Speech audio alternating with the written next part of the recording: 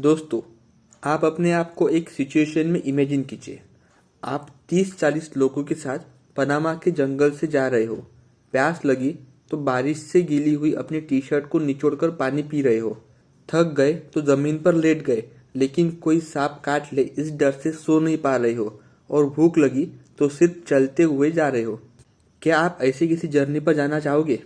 आप में से बहुत से लोग ना ही बोलेंगे, लेकिन ये वीडियो देख रहे मेरे कुछ दोस्त कहेंगे, आई एम स्ट्रांग। हम तो अभी भी जाएंगे। तो इनके लिए एक और सिचुएशन बताता हूँ। आप कुछ लोगों के साथ ट्रक के पीछे कंटेनर में बिना खाना और पानी के 24 से 30 घंटे की जर्नी के लिए बैठे हो। उस कंटेनर में सिर्फ खड़े रहने की जगह है, ना ही आप बैठ सकते हो और ना ही हिल सकते हो। और आपको बताया जाता है इस 24 घंटे में कोई अगर मर जाता है तो उसकी बॉडी को चलते ट्रक से बाहर फेंक देना है।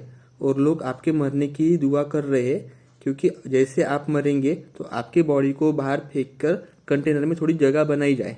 क्या आप अब भी इस जर्नी पर जाना चाहोगे? हाँ या ना, ये कमेंट सेक्शन में ज़रूर बताइएगा। ऊपर दी हुई सिचुएशन इस लंबी जर्नी का एक छोटा सा हिस्सा है। आम बोलचाल की भाषा में इसे डोंकी जर्नी या डोंकी प्रोसेस कहा जाता है। इस डोंकी प्रोसेस को आगे जानने से पहले, अगर आपको ये वीडियो अच्छा लग रहा है तो इस वीडियो को लाइक कीजिए, सब्सक्राइब कीजिए और हो सके तो अपने दोस्तों के साथ शेयर भी कीजिए। जब तक आप इस वीडियो को लाइक और सब्सक्राइब करते हैं तब तक मैं चैनल का इंट्रो लगा देता हूँ। जो लोग अमेरिका में लीगली एंट्री नहीं कर पाते वो सेंट्रल अमेरिका के जंगलों को क्रॉस करते हुए मेक्सिको के ड्रग्स गैंग्स के बचते हुए यूएसए के बॉर्डर को पार करते हैं। उस प्रोसेस को डोंकी प्रोसेस कहते हैं। ये इलीगल माइग्रेंट्स आगे जाके यूएसए में असाइलम यानी शरण मांगकर यूएसए की सिटीजनशिप लेते हैं। मतलब मोटा माटी बात करें तो मेक्सिको से इलीगली यूएसए में घुसना और वहाँ की सिटीजनशिप लेने को डोंकी प्रोसेस कहते हैं। अब आप लोग सोच रहे होंगे, जाते होंगे अफ्रीका से गरीब लोग इस तरीके से अमेरिका में, हम इंडियंस में कहाँ इतनी चूल है। लेकिन ये बात जानकर आपको हैरानी होगी, 2018 में यूएसए में इलीगली एंट्री करने के मामले में हम इंडियन 5th स्पॉट पर थे। अब तो हमारी रैंक इस लिस्ट में और आगे बढ़ गई होंगी, क्योंकि 2018 में जहां 3408 इंडियंस इलीगली यूएसए में गए थे, तो वही 2000 में ये आंकड़ा बढ़कर 56,739 हो गया है। अब यहाँ पर और एक कैच है। आप लोग सोचोगे यूएसए में इलीगली एंट्री करने वाले लोगों में भारत के गरीब राज्यों से लोग जाते होंगे, लेकिन सरप्राइजिंगली इस इलीगली माइग्रेंट्स में सबसे ज़्यादा हिस्सा भारत के एक ऐसे राज्य से जो कि बहुत रईस है, और वो राज्य है पंजाब। इलीगल माइग्रेंट्स में से 80 to 90% हिस्सा अकेले पंजाब से आए हुए लोगों का है। अब यहाँ पर 3 सवाल खड़े होते हैं।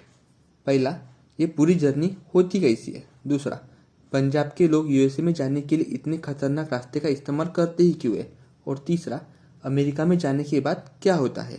तो आइए जान लेते हैं। इस जर्नी की शुरुआत होती है ट्रैवल एजेंट से, जो ऐसे लोगों पर नज़र रखते हैं जिनका यूएसए का वीज़ा रिजेक्ट हुआ है और जिनके लिए यूएसए जाना ही सब कुछ होता है।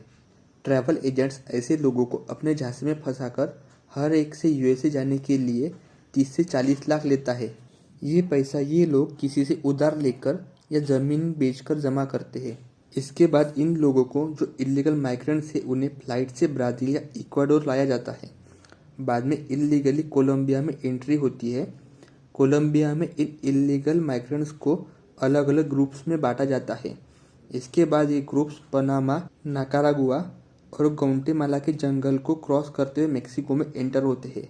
सेंट्रल अमेरिका के इन जंगलों में हमारे जंगलों की तरह शेर, बाघ या हाथी नहीं होते, बल्कि इससे भी खतरनाक जहरीले सांप और छोटे छोटे कीड़े होते हैं, जो अगर एक बार किसी को काट ले तो जान जाना कन्फर्म होता है।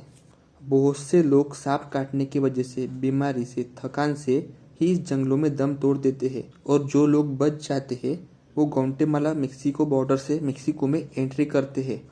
मेक्सिको में बाद में इन लोगों को ट्रक्स में भरकर यूएस मेक्सिको बॉर्डर पर लाया जाता है और बॉर्डर से कुछ दूर बने कैंप्स में रखा जाता है। जो सिख लोग इस जर्नी से बचकर वापस आए वो बताते हैं इस कैंप्स में हर वक्त लगभग 5000 इलीगल माइग्रेंट्स रहते हैं और इन 5,000 लोगों के लिए दिन में सिर्फ 1 घंटा पानी आता है और खाने में सिर्फ चावल दी जाते हैं। इतना सिर्फ झेलने के बाद भी जो लोग बच जाते हैं उन्हें सही वक्त आने पर रात के अंधेरे में यूएसए की बॉर्डर क्रॉस करवा दी जाती है और इस तरीके से लोग यूएस में इलीगली एंट्री कर लेते हैं। अब सबसे बड़ा सवाल ये उठता है, इस सज्जन को क्या तकलीफ है भाई? तो इसका जवाब कुछ इस तरीके से है। पिछले सेंचुरी में पंजाब से यूएसए में अंधे तरीके से माइग्रेशन हुआ, जिसकी वजह से आज पंजाब में हर दूसरे बंदे का कोई रिलेटिव यूएसए या कनाडा में रहता है। जब यूएसए में रहने वाले अपने रिलेटिव्स की लाइफस्टाइल पंजाब के गांव में रहने वाला कोई लड़का देखता है, तब उसे लगता है उसने इंडिया में रहकर कितना भी घसा तब भी वो उतना नहीं कमा पाएगा जितना वो यूएसए में 10 साल में रहकर कमाएगा। इसी वजह से पंजाबी यूथ यूएसए में जाने के लिए किसी भी हद तक चले जाते हैं।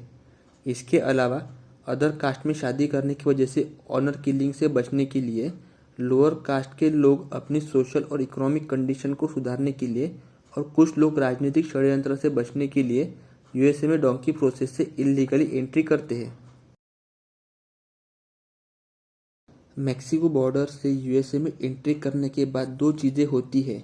एक कि ये इलीगल माइग्रेंट्स को US custom and border protection के गार्ड्स पकड़ लेते हैं या फिर ये माइग्रेंट्स यूएस गार्ड्स से बचकर यूएसए में एंट्री कर लेते हैं। अगर यूएस गार्ड्स के हत्थे चढ़ गए तो वो माइग्रेंट्स को डिटेंशन कैंप में डालते हैं और कुछ दिनों में वापस इंडिया डिपोर्ट कर दिया जाता है। लेकिन अगर गार्ड्स से बचकर यूएसए में एंट्री कर भी ली तब भी तकलीफें ख़त्म नहीं होती, क्योंकि बॉर्डर से यूएसए का इलाका जहाँ पर आबादी है वहाँ तक पहुँचने के लिए एरिज़ोना के रेगिस्तान को पार करना पड़ता है, जहाँ पर दिन में तपती धूप और रात में चिलचिलाती हुई ठंडी रातें आपकी अलग ही मज़े लेती है। बचते बचाते जब लोग यूएसए के अंदर पहुँच जाते हैं तब वो यूएसए में असाइलम के लिए अर्जी डालते हैं। Asylum case on an average 3 से 4 साल तक चलता है। इन सालों में इलीगल माइग्रेंट्स काम तो कर सकते हैं, लेकिन उनका आधा वक्त सिर्फ कोर्ट के चक्कर मारने में ही निकल जाता है और इलीगल माइग्रेंट्स होने की वजह से इन लोगों को कोई काम पर भी नहीं रखता और जो रखता है वो भी कम पैसे देते हैं। इतना सब कुछ होने के बाद अगर असाइलम केस जीते तो यूएसए में रह सकते हैं और सिटीजनशिप मिलती है, और अगर ये केस हार गए तो फिर से वापस इंडिया डिपोर्ट कर दिया जाता है। इंडिया डिपोर्ट होने के बाद इन लोगों को मजदूरी करने के अलावा कोई ऑप्शन ही नहीं बचता, क्योंकि अपनी ज़मीन और जायदाद तो ये लोग पहले ही बेच चुके होते हैं और ऊपर से जो कर्जा लिया है उसकी तलवार अलग से लटकती रहती है। इसलिए इन लोगों की ज़िंदगी नर्क से भी बदतर हो जाती है। तो यह डोंकी प्रोसेस जिसके जर्नी में भी यूएसए में जाने के बाद भी और अगर इंडिया वापस आए तो भी, इसलिए ये लेजी बॉय बोलता है इंडिया में ही रहो, यही कमाओ, यही उड़ाओ, और अगर यूएसए जाना ही है तो लीगल तरीके से जाओ वरना पड़ेंगे। Thank you.